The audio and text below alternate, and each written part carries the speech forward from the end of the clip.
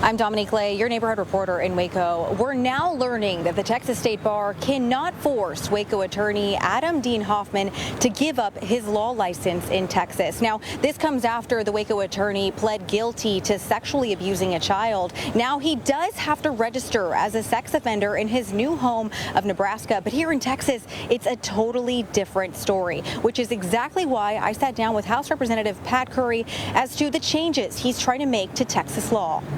No matter where you go, we'll make sure and follow you, and we'll make sure that everybody around you knows what you've admitted to. In Sarpy County, Nebraska, deputies have told Adam Dean Hoffman he must register as a sex offender. After his sex abuse trial in Waco ended in a mistrial, Hoffman made a plea deal in which he got less than 30 days in jail and doesn't need to register as a sex offender, at least in Texas. But in Nebraska, it's a very different story.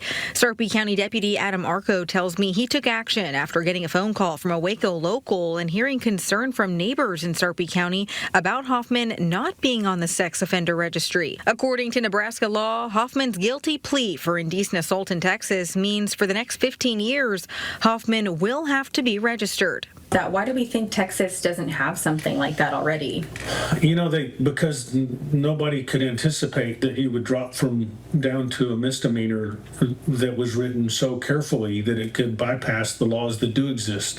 Which is why State Representative Pat Curry is fighting to create a change in current Texas law. We'll try to put a statute in that says that the judge has to inform the victim and the victim's family that they have the right to a hearing on whether the child has to testify.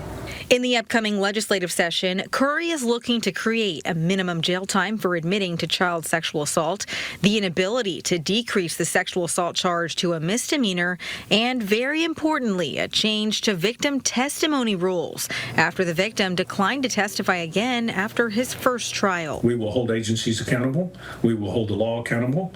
And when people skirt the law, we will change the law. Now, here's the thing. If Hoffman does not show up to the Sarpy County Sheriff's Office by Wednesday, Deputy Arco tells me that he could be charged in violation with the sex offender registry. I did reach out to the Nebraska State Bar to get confirmation on Hoffman's bar status there, but have not heard back. To see the latest on his status here in Texas, you can visit this article on our website. Reporting in Waco, I'm Dominique Lay.